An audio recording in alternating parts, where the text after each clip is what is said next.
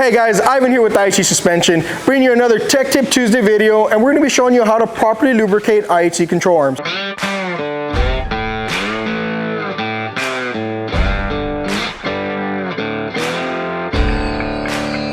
So today guys, right behind me, I got a brand spanking new 2023 GMC Sierra that just got equipped with the full IHC 3.5 lowering kit with helper bags. And we're going to show you exactly the way IHC recommends for you guys to lubricate these control arms. So I'm actually going to show you guys on the actual truck, and then I also got a lower control arm on its own so you guys get a better picture. But come on this way so you guys can see exactly how to properly do this. Okay guys, so I know it's a little bit dark here, so we're going to try to do the best we can to make sure you guys can properly see this. So I'm underneath the truck. We have, what we're looking at here guys, is we have our lower control arm. So before we actually lubricate the control arm, there are some certain steps we want to make sure that we get correct before we get to this thing. So first things first guys, we got to make sure that the suspension is not torqued. And what I mean by that is the suspension is not tightened. We want to make sure that the suspension always gets tightened when it's loaded. And what I mean by that guys is the suspension, the full weight of the vehicle is on the suspension before you actually go in there and lubricate your control arm and go ahead and torque it down. So we see it way too many times where customers have the suspension at full droop, and what I mean by that, the suspension is hanging. They go in there, they tighten it, torque it down, and then they go ahead and lower the vehicle. We do not want to do that guys. Reason being is pretty much what you're doing is tearing up the bushing and you're causing premature wear, and that's not what we want to do. So make sure the vehicle is on its own weight. The lower control arm is not tightened. All we did is just snug it up, and that's one. The second thing, I want to make sure that you have a good working grease gun. So what I got here guys, I got an electric Milwaukee grease gun, and I also have the quick connect zerk fitting connection to make sure that it is properly clamped. Again, we see it all the time guys. It comes through the tech support. We get these DIY guys or some certain shops that have these little handheld grease guns.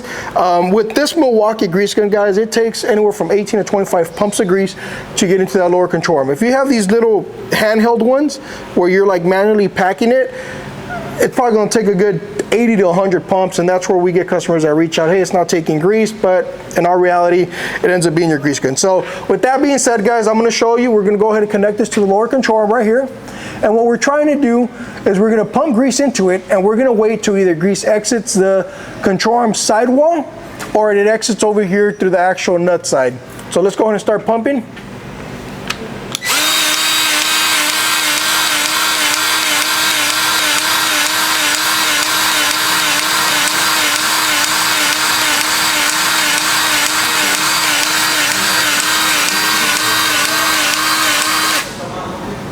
So if you guys see, we had grease exit from the control arm. That is the sidewall guys, and that's exactly what we want to see. So if you guys see that grease exit from that bushing sidewall, that means it's a properly lubricated control arm.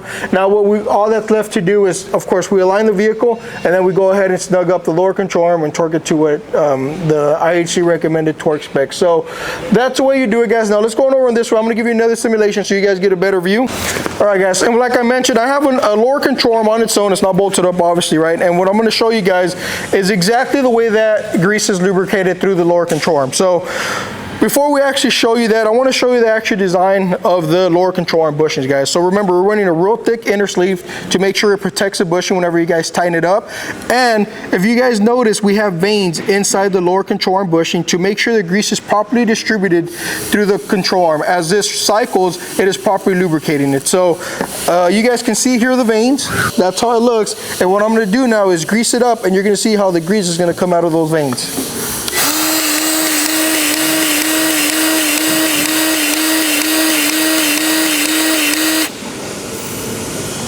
All right, so you guys can see how the grease exited out through those veins, guys. That is a properly lubricated IHC lower control arm. It cycled through it completely, and if actually the camera can pick up on this side, it exits out through both sides. So it came out through all four sides. Well, 8, so we got 4 on each side, guys. The grease came out properly on both sides. So like and I'll say it again, that is a properly lubricated IHC control arm. And we get asked all the time, hey, what kind of grease do you use, guys? So this is just regular high temp grease. Pick this up at our local parts store. Of course, this tube sits inside the grease gun. But for some of you guys that may have those manual ones and you want a grease packet, they sell them at any local parts store, guys. It's just high temp grease. That's all you guys need to properly lubricate these control arms.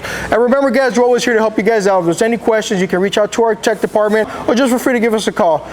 Thank you guys for watching. Remember, if you can like, comment, subscribe to our channel.